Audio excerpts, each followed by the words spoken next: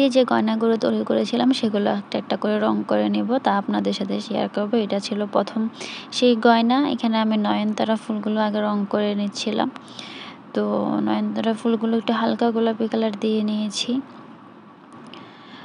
আর এখানের মধ্যে মাটিটা আমি পুড়িয়ে নেওয়া হয়নি, যার জন্য মানে রঙগুলো একটু তাড়াতাড়ি শুকিয়ে যাচ্ছিল।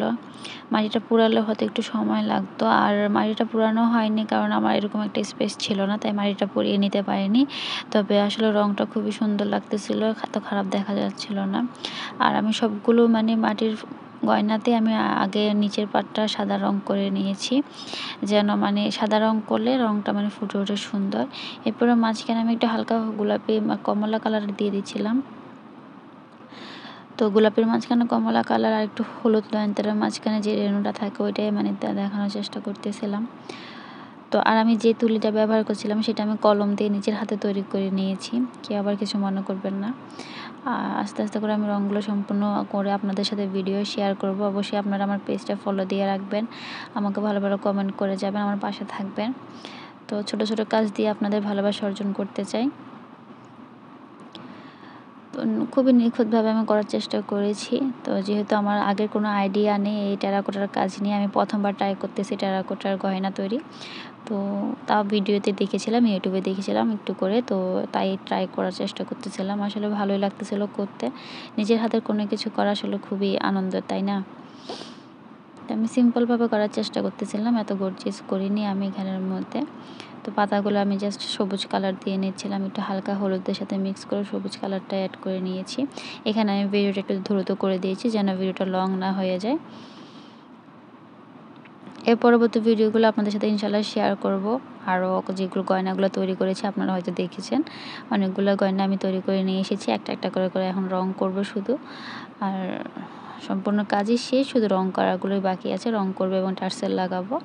তো টার্সেল আর রং করাগুলো আপনাদের সাথে ইনশাল্লাহ শেয়ার করবো। এই ছিল নয়নতারা ফুলের ডিজাইনটা। এর পরবর্তীতে আমি সাইডগুলো কর্নারগুলো রং করব। এখানের মধ্যে আমি যে মাঝখানে গোল গোল বৃত্তগুলো ছিল ওইগুলো আমি একটু নীল রং করতে চেয়েছিলাম, তবে ভালো লাগতেছিল না, তাই আমি সাইডের বর্ডারটা করে নিচ্ছিলাম। এই মাঝখানে আমি হালকা হালকা একটু গোলাপি কালার গোল গোল বলগুলোতে দিয়ে নিয়েছিলাম, যেটা আপনাদের সাথে ভিডিও শেয়ার করা হয়নি, মানে এটার ক্লিপটা নেওয়া হয়নি। তো আমি খুবই আস্তে আস্তে করে সাইডের এই কালারগুলো করে নিয়েছিলাম, যেহেতু এখানের মধ্যে একটু মানে একটু নিচু নিচু গর্ত টাইপের ছিল, তো একটু এলোমেলো হয়ে যাচ্ছিল। তো আমি খুবই আস্তে আস্তে এখানে কাজগুলো করে নিচ্ছিলাম।